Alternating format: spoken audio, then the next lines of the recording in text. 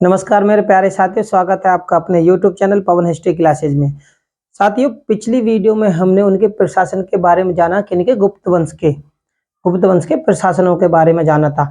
अब जो हम जानेंगे गुप्त वंश के सामाजिक स्थिति के बारे में जानेंगे कि सामाजिक स्थितियों के अंतर्गत कौन कौन से ऐसे वाक्य थे गुप्त वंश में जिनके ऊपर पेपरों में क्वेश्चन पूछे जाते हैं या बनते हैं।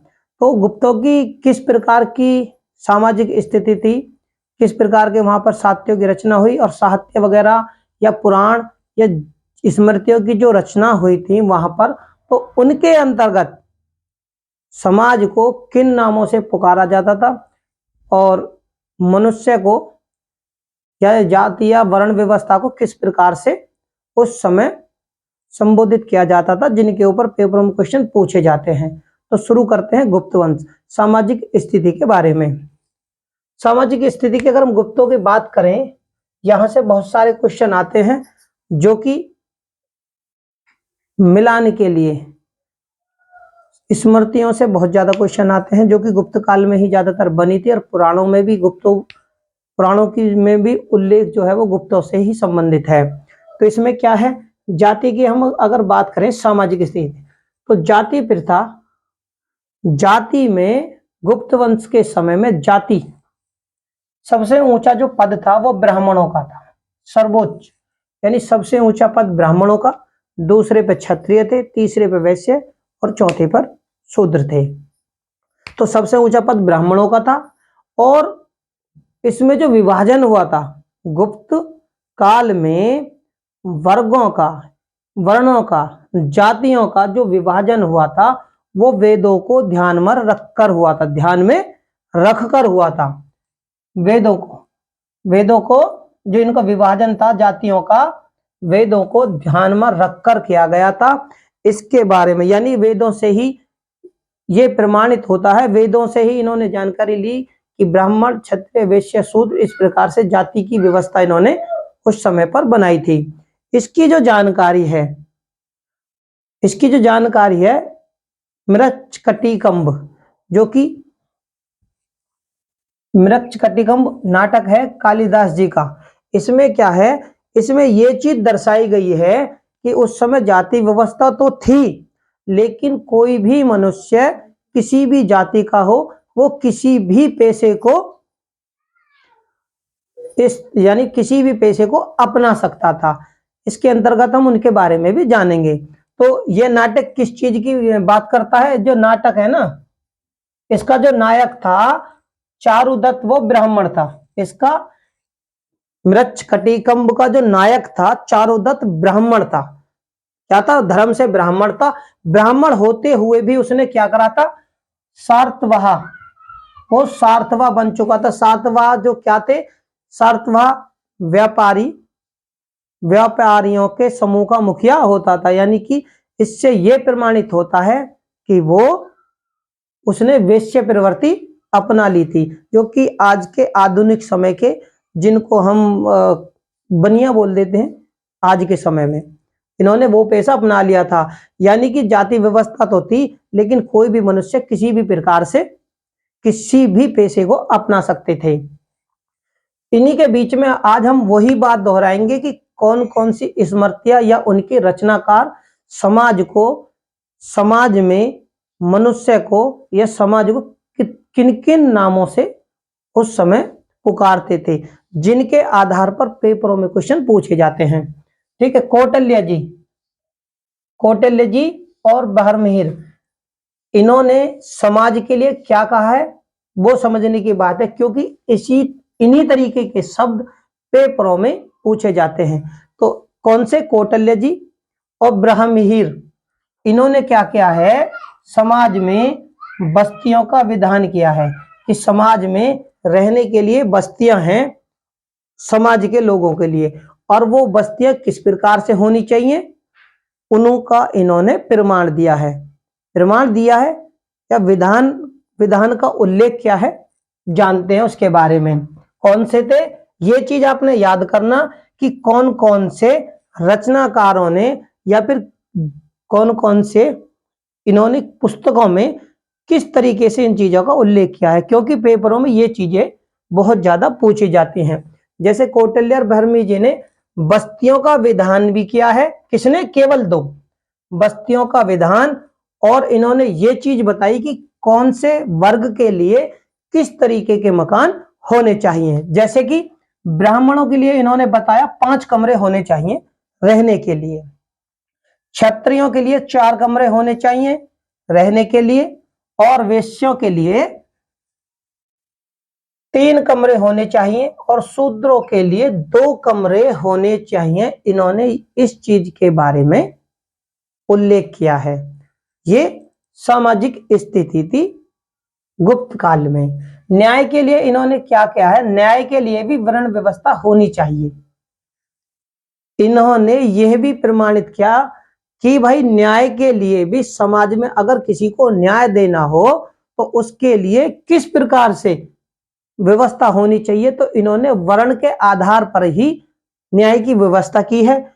और वो किस प्रकार से की है उसके बारे में जानते हैं कि इन्होंने कही है कि ब्राह्मणों की अगर आप परीक्षा लें, ब्राह्मणों की परीक्षा लेनी चाहिए तुला से, और क्षत्रियों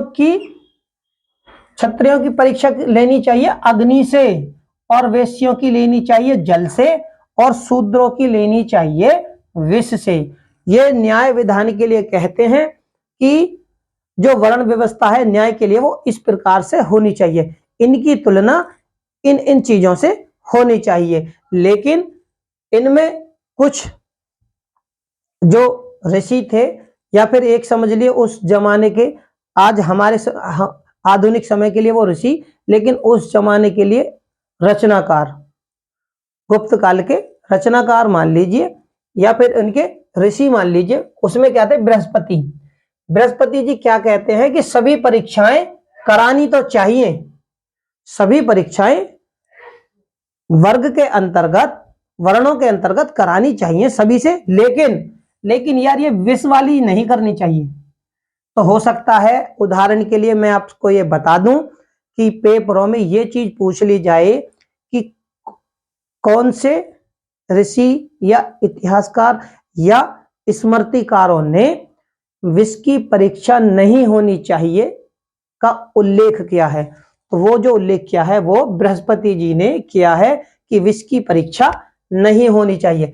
इसी प्रकार उस समय महाभारत काल, क्योंकि गुप्तों के समय में बहुत सारी स्मृति और ग्रंथों की रचना बनी हुई थी, इसलिए महाभारत के शांति पर्व में, महाभारत के शांति पर्व में कुछ चीजों का उल्लेख हुआ है समाज से ही संबंधित। समय तो वही है, तो इसमें क्या है? इसमें कहा गया है कि क्षेत्रीय वेश्य शूद्रों की जो हत्या पर, इन्होंने कहा शांति पर्व में, महाभारत के शांति पर्व में इस चीज का उल्लेख है कि क्षेत्रीय वेश्य शूद्रों की हत्या पर अलग अलग दंड दिए जाएं। भाई अगर कोई इन लोगों की हत्या कर देता है तो उन्हें अलग अलग तरीके से दंडित किया जाना चाहिए। नारद जी क्या कहते हैं? नारद जी के अनुसार, नारद जी कहते हैं चोरी करने पर, क्योंकि ये जो वीडियो है केवल समाज से संबंधित है, गुप्त वंश से सामाजिक स्थिति के बारे में है, तो समाज से ही संबंधित हम समाज के बारे में जानेंगे और इनसे किस प्रकार से पेपर में क्वेश्चन पूछे जाएंगे उनके बारे में। तो क्या है? चोरी करने पर ब्राह्मणों को इन्होंने क्या अधिक, इन्होंने कहा है, किसने कहा है? नारद जी ने, कि चोरी करने पर ब्राह्मणों को सबसे अधिक दंड देना चाहिए और शूद्रों को कम दंड देना चाहिए। ये कहने वाले हैं नारद जी, नारद जी के अनुसार ये उनका मत है। ठीक है। मनु जी क्या कहते हैं? मनु जी कहते हैं कि शूद्रों की सेवावर्ती पर अधिक बल देना चाहिए। देखो मैं केवल वही चीज आपको बताऊंगा कि जिनके आधार पर पेपरों में क्वेश्चन पूछे जाते हैं। देखो मनु जी कहते हैं कि शूद्रों की सेवा, यानी शूद्रों पर सेवा करानी चाहिए, उनकी सेवा लेनी चाहिए, वो इस पर बल देते हैं। इसी दौरान इनसे अगले जो हैं स्मृतिकार याज्ञवल्क्य, ये क्या कहते हैं? शूद्रों को व्यापारी, कृषक और कारीगरी की अनुमति दी। यानी अगर व्यापारी कृषक और कारीगरी की अनुमति देने वाले हैं, तो वो कौन है? वो याज्ञवल्क्य ऋषि हैं। कौन है? याज्ञवल्क्य ऋषि। ये याज्ञवल्क्य ऋषि हैं जो कि शूद्रों को इस प्रकार के कार्य की अनुमति देते हैं। और उदाहरण के लिए मैं फिर आपको यही चीज दोहराऊंगा कि पेपरों में इस प्रकार से पूछे जाते हैं कि शूद्रों को व्यापारिक, कृषक और कारीगर की अनुमति देने वाले ऋषि कौन थे या स्मृतिकार कौन थे? ऑप्शन में याज्ञवल्क्य, मार्कंडेय, कर्दयन, पाराशर, मनु, नारद इस प्रकार से रख दिए जाएंगे। तो आपको अब मैंने आपको बता दी, आप उसका जवाब आसानी से दे दोगे। ठीक है। वायु पुराण, इसी बीच में वायु पुराण क्या करता है? शूद्र को बताता है। वायु पुराण के अनुसार, भाई वायु पुराण के अनुसार शूद्रों के प्रमुख कर्तव्य क्या थे? शिल्पी और भत्ती। वायु पुराण में उल्लेख किया गया है कि शूद्रों के प्रमुख कार्य जो हैं वो शिल्पी कार्य है और वृत्ति कार्य है। तो क्या हो गया? ये वायु पुराण उल्लेख करता है। इसी पुराण मत्स्य पुराण, मत्स्य पुराण क्या कहता है? मत्स्य पुराण के अनुसार शूद्र भक्ति में रहें। वायु पुराण उल्लेख करता है कि शूद्रों को भक्ति में रहना चाहिए और मदिरापान नहीं करना चाहिए। ये वो छोटे छोटे वाक्य हैं जो कि ज्यादातर पेपरों में पूछे जाते हैं और इनसे बहुत सारे विद्यार्थी कंफ्यूज भी हो जाते हैं। इसलिए मेरे प्यारे साथियों, इन पर थोड़ा फोकस देना। ठीक है। मत्स्य पुराण जो देता है जानकारी वो यही देता है कि शूद्रों को भक्ति में रहें शूद्र और मदिरापान ना करें। इसी प्रकार मार्कंडेय पुराण, मार्कंडेय के पुराण के अनुसार क्या है? दान देना। मार्कंडेय पुराण जो उल्लेख करते हैं कि शूद्रों का कार्य जो है, जो कर्म है, शूद्रों का जो कर्म है वो क्या है? दान देने का कार्य शूद्रों को करना चाहिए। इसका उल्लेख मार्कंडेय पुराण में है। ये चीज पेपरों में पूछी जाती हैं। याज्ञवल्क्य जो क्या कहते हैं? अब मैंने फिर वही बात दोहराई, जो याज्ञवल्क्य हैं उन्होंने क्या करा? उन्होंने, उनके अनुसार जो उल्लेख है वो क्या है कि शूद्र को ओम के बदले, यानी शूद्रों को ओम का उच्चारण नहीं करना, ओम का नाम नहीं लेना। ये याज्ञवल्क्य जी कहते हैं कि उन्हें नमः शब्द का प्रयोग करना चाहिए। क्या? नमः शब्द का प्रयोग करना चाहिए। और क्या है? पंच महायज्ञ, रामायण, महाभारत, पुराण सुनने की अनुमति कौन देते हैं? याज्ञवल्क्य। शूद्रों को पंच महायज्ञ, रामायण, महाभारत, पुराण सुनने की अनुमति दी है। इसी प्रकार गुप्त वंश के अंतर्गत, गुप्त काल के अंतर्गत हमें नई जाति मिलती है। कौन सी? मेहतर। एक नई जाति मिलती है जो कौन थी? ये नई जाति थी गुप्त समय की। और ये क्या थी? इसमें वृद्धजन थे। इस नई जाति में जो थे वो वृद्धजन थे। वृद्धजन का कार्य क्या था? वृद्धजन का कार्य जमीनी खरीद बिक्री। ये पॉइंट आपने नोट करने हैं जिनके बारे में मैं आपको जानकारी दे रहा हूं कि ये खरीद बिक्री की अनुमति इनसे ली जाती थी। खरीद बिक्री की अनुमति इनसे ली जाती थी। और गुप्त समय में जो दूसरी जाति मिलती थी वो कौन सी थी? दूसरी जाति थी कायस्थ।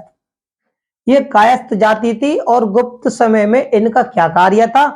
इनका कार्य लिपि कार्य करना था। इनका जो कार्य था वो लिपि का कार्य करना था। इनसे राजकीय सेवा में, भाई देखो उस समय गुप्त समय में ये इतने समृद्ध हो गए, इन्होंने इतना विकास कर दिया कि राजकीय सेवा में ये ब्राह्मणों को चुनौती देने लगे। राजकीय सेवाओं में ये ब्राह्मणों को चुनौती देने लगे। और स्मृतियों में ये जाति के रूप में नहीं थे। अगर हम इसी बीच स्मृतियों की बात करें, स्मृतियों के अंदर इन्हें जाति के रूप में नहीं उल्लेख किया गया है। इनका जो उल्लेख जाति के रूप में हुआ है, इनका उल्लेख जाति के रूप में जो हुआ है वो ओशनम स्मृति में हुआ है। याद रखना, किसमें? ओशनम स्मृति में जाति के रूप में इनका उल्लेख हुआ है। गुप्त काल में, इसी बीच गुप्त काल में नारद जी ने क्या 15 प्रकार के दासों का उल्लेख किया। गुप्त काल से ही संबंधित नारद जी ने 15 प्रकार के दासों का उल्लेख किया और दास मुक्ति का भी इन्होंने विधान बताया है। इसने नारद जी ने ही दास मुक्ति का विधान भी बताया है और 15 प्रकार के दासों का उल्लेख भी किया है। कात्यायन और याज्ञवल्क्य ने, कात्यायन और याज्ञवल्क्य ने नीचे के वर्णों को दास बना सकते हैं के बारे में उल्लेख किया है। दास बनाने के बारे में कात्यायन और याज्ञवल्क्य जी ने नीचे के वर्णों को दास बना सकते हैं इसके बारे में उल्लेख किया है। यह हो गई सामाजिक स्थिति गुप्त काल के समय से कि कौन कौन से स्मृतिकारों ने, ऋषियों ने या विद्वानों ने किस प्रकार से समाज को किन किन नामों से और किस प्रकार से बांटा था। इसी के आधार पर पेपरों में क्वेश्चन पूछे जाते हैं। बात करते हैं महिलाओं की स्थिति की गुप्त काल से, महिलाओं की स्थिति की। तो जो याज्ञवल्क्य स्मृति है भाई, महिलाओं की स्थिति का जो समय है वो थोड़ा कमजोर हो गया वैदिक काल से या उससे बाद के काल से। महिलाओं की स्थिति थोड़े निचले स्तर पर आती चलेगी गुप्त काल आते आते। तो इसमें क्या था कि इनको ना याज्ञवल्क्य स्मृति में क्या करा गया है कि लड़कियों को उपनयन और वेदों का अध्ययन इन्होंने निषेध किया, यानी कि वो ये चीज नहीं कर सकती। ये कौन थे? याज्ञवल्क्य स्मृति में इस चीज को उल्लेख मिलता है। इसी के साथ में विष्णु, याज्ञवल्क्य, बृहस्पति और कात्यायन, ये क्या कहते हैं? चारों के चारों महापुरुष की विधवा को संपत्ति का स्वामी, ये कहते हैं कि विधवा को संपत्ति का स्वामी मानते हैं। ये इनका मानना है कि विधवा को, अगर कोई विधवा हो जाती है, अपने पति के मरने के बाद विधवा होती है, तो उसे संपत्ति का अधिकार होना चाहिए। ये चारों के चारों विद्वान ये चीज स्वीकार करते हैं। लेकिन यहां पर आप सोचना, क्योंकि ये सवाल पेपरों में पूछा गया है, लेकिन मनु, नारद और पाराशर ये इस चीज का विरोध करते हैं। ये इस चीज का विरोध करते हैं कि विधवा को संपत्ति का अधिकार नहीं होना चाहिए। ये पेपरों में पूछा गया सवाल है, ठीक है। नारद और पाराशर ये क्या कहते हैं? विधवा विवाह का समर्थन करते हैं। ये जो लोग हैं, एक तो नारद ऋषि, पाराशर ऋषि, ये मानते हैं कि विधवा होने पर स्त्री को पुनः विवाह कर लेना चाहिए। यह इनका समर्थन करते हैं, ठीक है। कालिदास के अभिज्ञान शकुंतलम नाटक की बात करते हैं हम कालिदास जी के। कालिदास जी उस समय गुप्त समय में क्या अवगुंठन शब्द का प्रयोग किसके लिए करते हैं? देखो, अभिज्ञान शकुंतलम नाटक में भी इसका उल्लेख है कि कालिदास जी संप्रांत परिवार, यानी संपन्न परिवार या संभ्रांत परिवार, संप्रांत परिवार की जो महिला थी वो पर्दा करती थी। अगर पर्दा का प्रश्न पेपरों में पूछा जाए, हो सकता है पेपरों में इस प्रकार का क्वेश्चन पूछ लिया जाए। क्यों? क्योंकि भाई जो भी महत्वपूर्ण चीजें हैं उन्हीं के बारे में तो ये हम जानकारी ले रहे हैं। हो सकता है उदाहरण के लिए क्वेश्चन आ जाए कि कौन से समय में या किसके काल में, कौन से नाटक में या किस रचनाकार ने महिला पर्दा प्रथा का उल्लेख किया है। इस प्रकार से क्वेश्चन हो सकता है पूछ लिया जाए, तो वो कालिदास जी हैं। या फिर ये सवाल पूछ लिया जाए कि महिला पर्दा प्रथा का जो शब्द है उसके लिए कौन से शब्द का प्रयोग किया जाता है।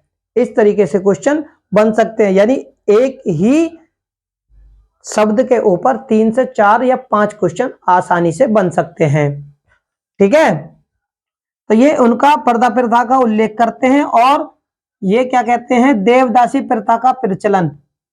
मंदिरों में भगवान की सेवा के लिए देव और देवदासियां होती थी। जिस प्रकार पंडित पूजा करते हैं उसी प्रकार मंदिर के साफ सफाई और मूर्तियों को स्नान वगैरह कराना, वहां की सब चीज की व्यवस्था करने के लिए देवदासी प्रथा का प्रचलन।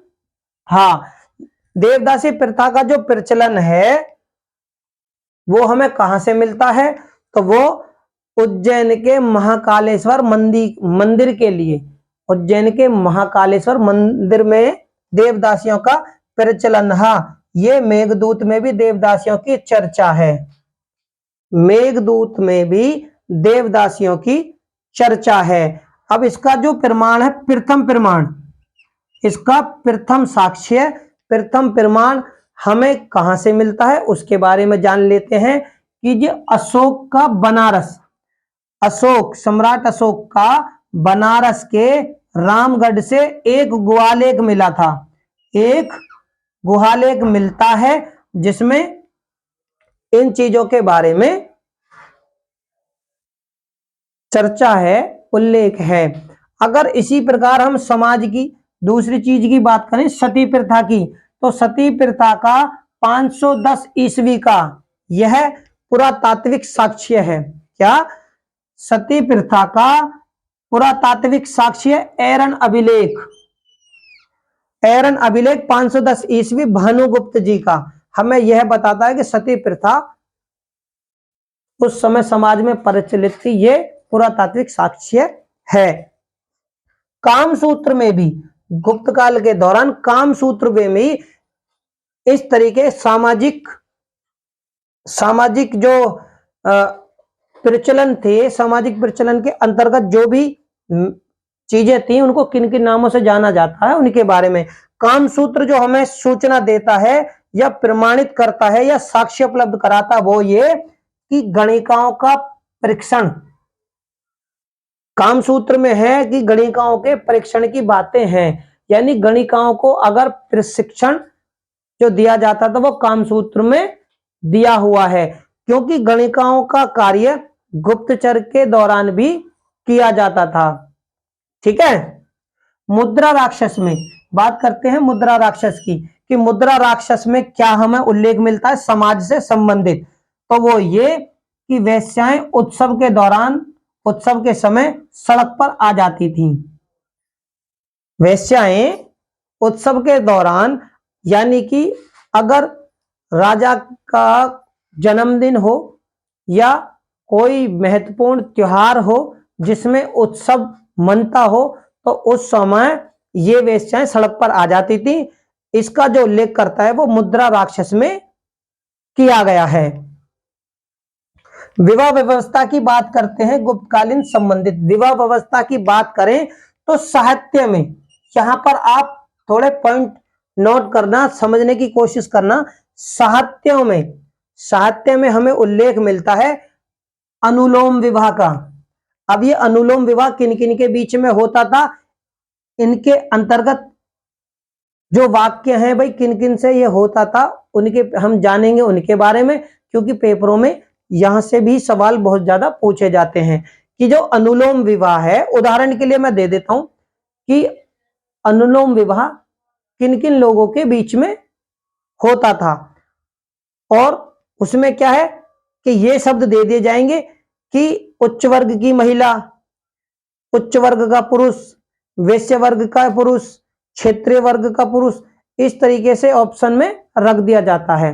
तो हम उनके बारे में जानते हैं कि अनुलोम विवाह जो था वो उच्च वर्ग का तो पुरुष होता था, उच्च वर्ग का पुरुष प्लस निम्न वर्ग की महिला, उच्च वर्ग का पुरुष और निम्न वर्ग की महिला के साथ ये विवाह होता था। प्रतिलोम विवाह, प्रतिलोम विवाह जो होता था वो निम्न वर्ग का पुरुष, यानी निम्न नीचे वर्ग का पुरुष और ऊंचे वर्ग की, उच्च वर्ग की महिला के साथ में इनका विवाह होता था। अब इनसे जो संतान उत्पन्न होती थी, संतान की सामाजिक स्थिति के बारे में जानते हैं कि भाई शादी तो हो जाती थी, उससे जो संतान पैदा होती थी समाज में उनको किस स्तर का जो समय के मनुष्य थे किस स्तर से उन्हें सम्मान करते थे या उनकी पहचान करते थे। तो संतान की जो सामाजिक स्थिति थी इसकी अनुलोम विवाह की माता पिता के बीच की थी। अनुलोम विवाह में जो संतान जो इनसे पैदा होते थे उनकी जो स्थिति माता पिता के बीच की, यानी माता पिता को अगर अच्छे सम्मान से पुकारा जाता था माता पिता को, तो उनके बीच की स्थिति, ना वो ज्यादा उन्हें नीचे गिराया जाता था ना ज्यादा ऊपर, एक बीच के स्तर से उन्हें सम्मानित या समाज में देखा जाता था। प्रीतिलम विवाह में क्या होता था कि माता पिता से जो संतान उत्पन्न होती थी उनकी स्थिति निम्न थी, यानी प्रीतिलम विवाह में जो संतान पैदा होती थी समाज उसे और भी घृणा की नजर से देखता था और भी स्थिति माता पिता से भी नीचे उन्हें और ज्यादा अछूत मान लिया जाता। जैसे उदाहरण के लिए चंडाल जो कि गांव से बहिष्कृत होते थे और गांव के बाहर ही ये लोग रहते थे और मांस मदिरा इस तरीके का सेवन करते थे। वर्ण संकर जातियों की हम अगर बात करें गुप्त काल से समय, क्योंकि हम सामाजिक स्थिति के बारे में बातें जान रहे हैं, तो जो वर्ण संकर जातियां थी वो मधु विसिक्त, अम्बष्ट, पार्श्व, उग्रनिषाद, सुत, मगध आदि ये कौन थी? ये वर्ण संकर जातियां थी उस काल के दौरान। इसमें भी क्या थे इनके बारे में जानती, भाई जातियों के बारे में तो हमें पता चल गया, पर इन जातियों के अंतर्गत भी किस तरीके से ये जातियां बनी थी, किस प्रकार से इनकी उत्पत्ति होती है, उनके बारे में अब हम जानते हैं। जैसे कि अंबिष्ट जो थे वो क्या थे? ब्राह्मण पुरुष प्लस वैश्य स्त्री से उत्पन्न होते थे। ब्राह्मण पुरुष और वैश्य यानी बनिया, वैश्य यानी साहूकार, वो स्त्री थी, उन स्त्रियों से पैदा होने वाले को अंबिष्ट कहा जाता था। और इनको विष्णु पुराण में क्या कहा गया है इनके बारे में जान लेते हैं। जो अंबिष्ट थे उनको विष्णु पुराण में नदी तट का निवासी, ये चीज आप नोट कर लेना, विष्णु पुराण में अंबिष्ट को नदी तट का निवासी और मनु जी इनके बारे में क्या कहते हैं कि इनका कार्य चिकित्सा था, व्यवसाय जो था इनका कार्य चिकित्सा कौन करते हैं? मनु। यानी कि अब देखो अंबिष्ट को क्या है विष्णु पुराण और मनु जी इनका व्यवसाय चिकित्सा बताते हैं और विष्णु पुराण में इनके लिए नदी तट का निवासी। और ये अंब जो जाति है किस प्रकार उत्पन्न होती है? तो ब्राह्मण पुरुष और वैश्य स्त्री से। इनसे हमें तीन चीजें मालूम होती हैं इनके बारे में। अब बात करते हैं उग्र जाति की। उग्र जो संतान होती है वो किस प्रकार होती है? ये जो होती है वैश्य पुरुष और शूद्र स्त्री। ये क्या कहते हैं? गौतम जी इनकी जानकारी देते हैं, गौतम ऋषि हमें इनकी जानकारी देते हैं। वो जो पैदा होते हैं वो उग्र कहलाते हैं, ठीक है, उग्र कहलाते हैं। इनके बाद में स्मृतियों में हमें जो जानकारी मिलती है, स्मृतियां क्या कहती हैं कि क्षेत्रीय पुरुष और शूद्र स्त्री, क्षत्रिय पुरुष शूद्र स्त्री उग्र कहे जाते हैं। उधर तो वैश्य और प्लस शूद्र, यानी वैश्य और शूद्र से जो संतान पैदा होती है गौतम जी उनके बारे में उन्हें उग्र बताते हैं, लेकिन स्मृतियों में हमें क्षेत्रीय पुरुष शूद्र स्त्री उग्र कहे जाते हैं। ये जानकारी हमें स्मृतियां देती हैं। और इनका कार्य क्या था? भाई अब हमें जाति की उत्पत्ति के बारे में, संतान उत्पत्ति के बारे में पता चल गया, अब इनका कार्य के बारे में भी तो हमें पता चलना चाहिए। हो सकता है पेपरों में कार्य से ही संबंधित पूछ लिया जाए।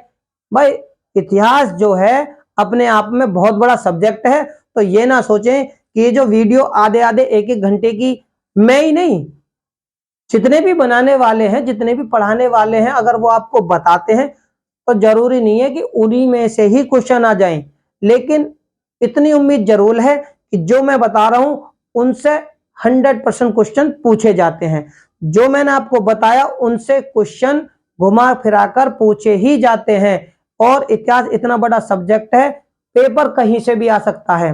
हो सकता है सामाजिक स्थिति से हो, या फिर हो सकता है संतान उत्पत्ति से भी हो, कहीं से भी पूछ लिया जाएगा। ठीक है, तो बातें करते हैं इनका कार्य क्या था। इनका कार्य था बिल से जानवर निकालकर, ये बिल से जानवर निकालकर अपना जीवन यापन करते थे। क्या करते थे? जीवन यापन, यानी अपने पेट को पालना, अपने जीवन की दिनचर्या यानी कि रोजमर्रा की खाने की वस्तुओं की जो पूर्ति करते थे ये, तो ये जानवरों को बिल से निकालकर करते थे। कौन करते थे? उग्र।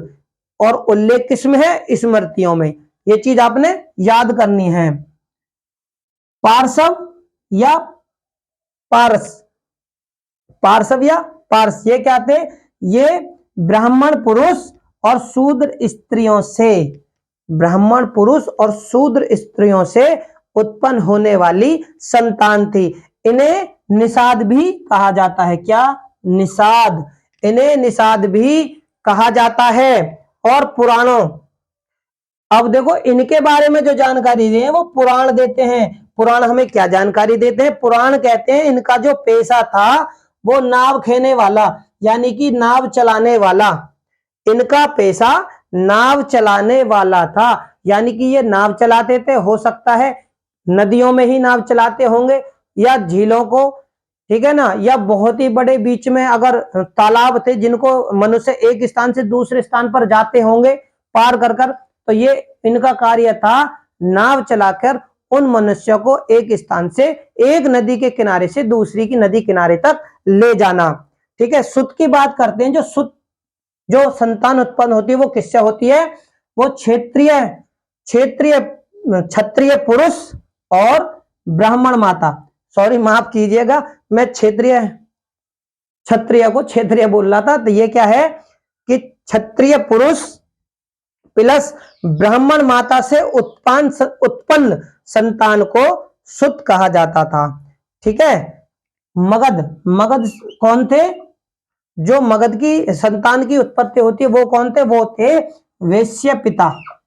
वैश्य पिता यानी व्यापारी पिता और क्षत्रिय माता, क्षत्रिय माता। भाई वैश्य पिता और क्षत्रिय माता से, क्षत्रिय माता से उत्पन्न संतान को मगध नाम से पुकारा जाता था। इसके बाद चंडालों की बात करते हैं। चंडाल, चंडालों किससे होते थे? ये होते थे शूद्र पुरुष और ब्राह्मण, ब्राह्मणी स्त्री। ये शूद्र पुरुष और ब्राह्मणी स्त्री से उत्पन्न संतान को चंडाल कहा जाता था। तो मेरे प्यारे साथियों, उम्मीद करता हूं कि आपको गुप्त काल से संबंधित सामाजिक स्थिति के बारे में, सामाजिक स्थिति के बारे में पूरी जानकारी मिली होगी। भाई मेरे प्यारे साथी, यही उम्मीद करता हूं कि अगर इससे संबंधित कोई भी सवाल अब पेपरों में पूछा जाएगा तो आप उसका आसानी से जवाब दे दोगे। तो मेरे से उम्मीद यही करूंगा। और मेरे प्यारे साथियों, अगर मेरी वीडियो आपको अच्छी लगे तो इसे लाइक, शेयर और चैनल को सब्सक्राइब करना बिल्कुल ना भूलें। बेल आइकन को दबाना बिल्कुल भी ना भूलें। और डिस्क्रिप्शन बॉक्स में लिंक दिया हुआ है, आप उस पर जाकर मेरी पिछली वीडियो को देख सकते हैं। धन्यवाद।